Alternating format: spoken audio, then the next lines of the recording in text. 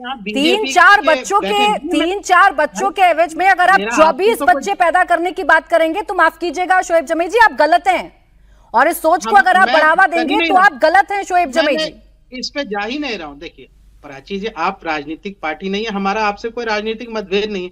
मैं तो सीधा बीजेपी के यहाँ बैठे इसलिए मैं पूछ रहा हूँ। आपने मंच दिया, बहुत शुक्रिया। पर मैं उनसे कहता हूँ कि अगर आप अपने नेताओं की इसी तरह के बयानबाजी के खिलाफ एक्शन लेते या शोएब जमी जी, बेहतर होगा ना कि आज आप अपने नेता के बारे में बोले। भारतीय जनता पार्टी अपने नेताओं के बारे में बोलेगी, वो अपने नेताओं के लिए जिम्मेदार है। आज तो आप अपने नेता के बारे में बोलें और मेरा एक सवाल का जवाब आप दे दें। आबादी बढ़ाकर कौन सी कौमी मजबूती आप लेकर आना चाहते हैं इस देश में, सिर्फ इतना बता दीजिए। क्या हासिल करवाना चाहते हैं आप मुसलमानों को 24 बच्चे की बात कहकर, 1 दर्जन 2 दर्जन बच्चों की बात कहकर?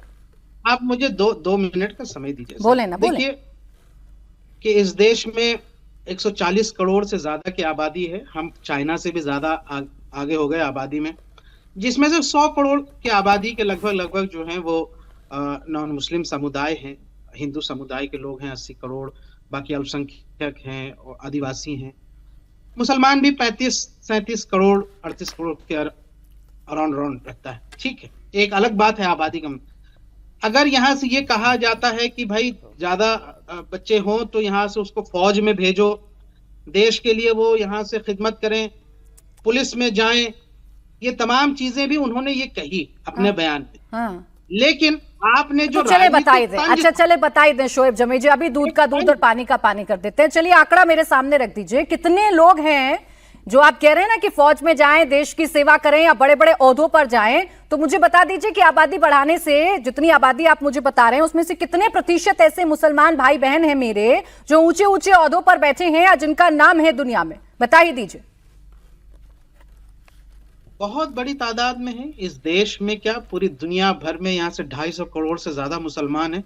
और दुनिया के तमाम बड़े बड़े पदों पर, चाहे माइक्रोसॉफ्ट के सीईओ हों या देश की कर्नल सोफिया हों, वो सब इसी समाज से आती हैं, अपने देश की सेवा कर रही हैं। मैं ये कहता हूँ राजनीतिक तंज उत्तर प्रदेश के मुख्यमंत्री पर था, बीजेपी के नेताओं पर था, जिनके परिवार नहीं है, जो परिवार को नहीं मानते, इसलिए उन्होंने एक राजनीतिक ये बहस दूसरी तरफ लेकर जा रहे हैं। आप तंज कसिए, आप राजनीतिक रस्साकसी करिए, आप राजनीतिक बयान दीजिए, लेकिन आप तो यहाँ जनसंख्या डिसबैलेंस की बात कर रहे हैं शोएब जमी जी। आप तो यहाँ बड़े फख्र से बता रहे हैं 8, 16, 72 और 24।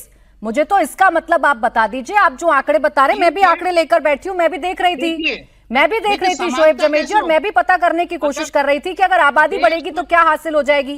क्या आप जानते हैं कि देश के औसतन साक्षरता जो हमारा दर है उसमें 10% पिछड़े हुए हैं हमारे देश के मुसलमान भाई। आबादी बढ़ाएंगे तो उनकी साक्षरता का ध्यान तो रखेंगे।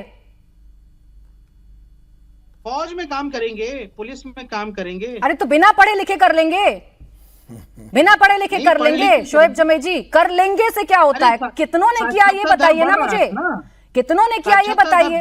आंकड़ा मेरे पास है शोएब जमी जी। आप कहने में अच्छा लगता है, बड़ा फैंसी लगता है जो आपके नेता ताल ठोक कर कहते हैं और उस पर तालियां बजवा लेते हैं, लेकिन ये साक्षरता दर क्या बता रही है मुझे बताए ना।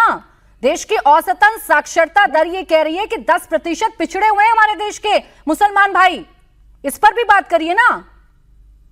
देखिए एक बात ये सवाल समझिए कि अगर आप कहते हैं कि जी मुसलमान तो यहाँ से अल्पसंख्यक नहीं रहा है, वो देश का दूसरा सबसे बड़ा बहुसंख्यक है, तो भाई लेवल प्लेइंग फील्ड कब होगा? लेवल प्लेइंग फील्ड तो तब होगा जब सभी अच्छा बड़ा खूब ये लेवल प्लेइंग फील्ड के जरिए आप बलि चढ़ा दीजिए मुस्लिम महिलाओं की, उनके स्वास्थ्य का ध्यान मत रखिए आप और बड़ी बड़ी फैंसी बातें करिए। नहीं शोएब जमी जी, ये तर्क आपके ठीक नहीं है। मैं तो आंकड़े लेकर बैठी हूँ, आपके पास कोई अच्छा और बेहतर आंकड़ा हो तो मुझे बताइएगा।